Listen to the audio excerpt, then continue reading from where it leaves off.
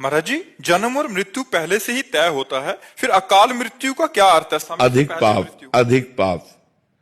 अधिक पाप हो जाने पर अकाल मृत्यु आ जाती है। जैसे जन्म और मृत्यु का हमारा समय तय है, वो जवानी में भी मर सकता है, बुढ़ापा भी मर सकता है, पर जो अचानक अकाल मृत्यु होती है जिसकी, वो अधिक पाप बन गया, कोई महत पाप बन गया, महान पाप बन गया, तो तत्काल आयु को छीण करके उसका नाश कर देता है। तो अकाल मृत्यु का किसी का भी योग ना बने, इसलिए भगवान का चरणामृत रोज पीना चाहिए। भगवान के चरणामृत का प्रभाव है अकाल मृत्यु हरणम सर्व व्याधि विनाशनम श्री कृष्ण पादोदकम पीत्वा पुनर्जन्म न विद्यते। अगर रोज भगवान का चरणामृत पिए, शालिग्राम भगवान का, जैसे राधा वल्लभ जी, बांके बिहारी जी, इनसे चरणामृत ले ले और उसी में जल मिला ले और रोज एक ढक्कन चरणामृत ले, तो अकाल मृत्यु नहीं होगी।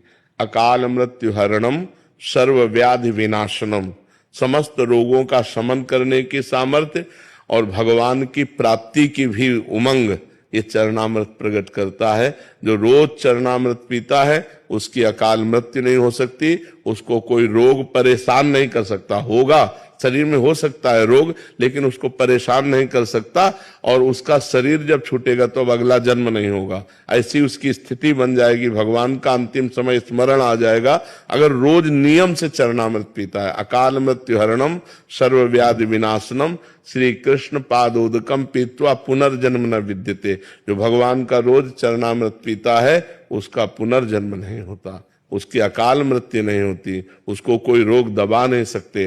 नहीं तो अपने द्वारा पाप ऐसे बन जाते हैं। अब जैसे गर्भ हत्या है, भ्रूण हत्या है, स्त्री हत्या है, वृद्ध हत्या है, कई ऐसी हत्याएं हैं, कई ऐसे पाप हैं जो महत पाप बन जाते हैं और जीवन बर्बाद हो जाता है। जीवन, आजकल तो लोग विचार ही नहीं करते कि पाप हो रहा है।